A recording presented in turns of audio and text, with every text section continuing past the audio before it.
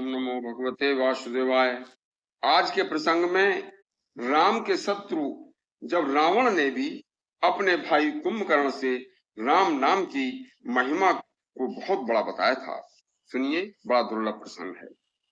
जब राम रावण के युद्ध में रावण के सभी बलशाली योद्धा वे मेघनाथ तक, जिनके बल का रावण को बड़ा भरोसा था, सभी मारे गए।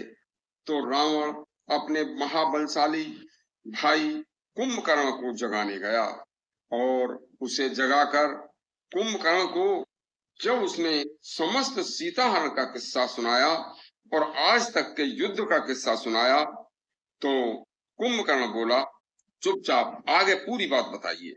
हे भ्राता, सब कुछ करने के बाद भी सीता को मैं आज तक अपने बस में नहीं कर पाया। इतना तक मैंने अपनी ही माया से जब भी राम का रूप बनाकर और सीता के पास जाने की सोची, तो जैसे ही मैं राम का स्मरण करता, उसी समय राम के रूप का स्मरण करते ही मेरी बुद्धि पवित्र हो जाती थी और मैं जिस सीता को अपनी पत्नी बनाने की सोचता था, वह मुझे अपनी माता के समान दिखाई देने लगती थी और मैं इतनी देर तक राम को भगवान समझने लगता था। मैं बड़ा भ्रमित हो जाता हूँ।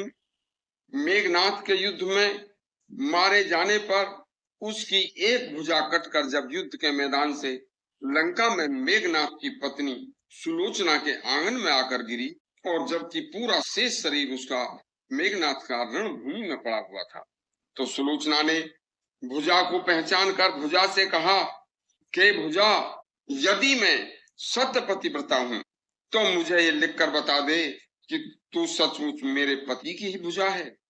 तो भुजा के हाथों में कलम दिया गया और भुजा ने लिख दिया कि मैं मेघनाथ की भुजा हूँ। तब मैंने सबके मना करने पर भी सुलोचना को ही युद्ध भूमि में भेज दिया था कि जाओ और अपने पति का शव लेकर आ जाओ। राम ने बड़े सम्मान के साथ मेघनाथ का शव लौटा दिया और सुलोचना को सती होने के लिए उसे उनका शव मिल गया।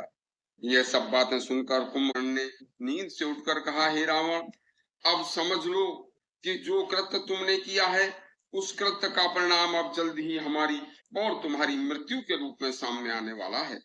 बस अब समझ लो कि अब हम कुछ ही दिन के मेहमान हैं।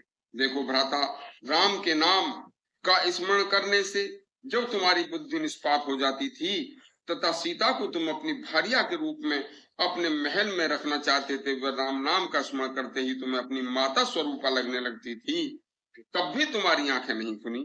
अरे यह राम कोई साधारण मनुष्य नहीं है और सीता भी कोई साधारण स्त्री नहीं है। राम स्वयं भगवान विष्णु के अवतार हैं, सीता माता लक्ष्मी की अवतार हैं। बस अब समझ लो कि अब समझौता न करके अब तो हमें हमारे सभी राक्षसों के साथ श्री राम के हाथों मरने में ही हमारा कल्याण और हमारा फायदा है।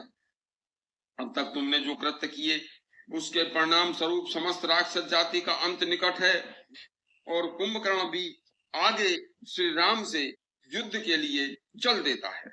देखो, हमें इस प्रसंग से शिक्षा मिलती है कि जो लोग जरा सी बातों को लेकर घर में क्लेश पैदा करते हैं, आपस में अपने परिवार में वैमनस्य पैदा करते हैं, उन्हें श्री राम का चरित्र अवश्य सुनना चाहिए और उससे प्रेरणा लेनी चाहिए कि हमें प्रेरणा लेकर अपना सुखी जीवन का आधार देखना चाहिए।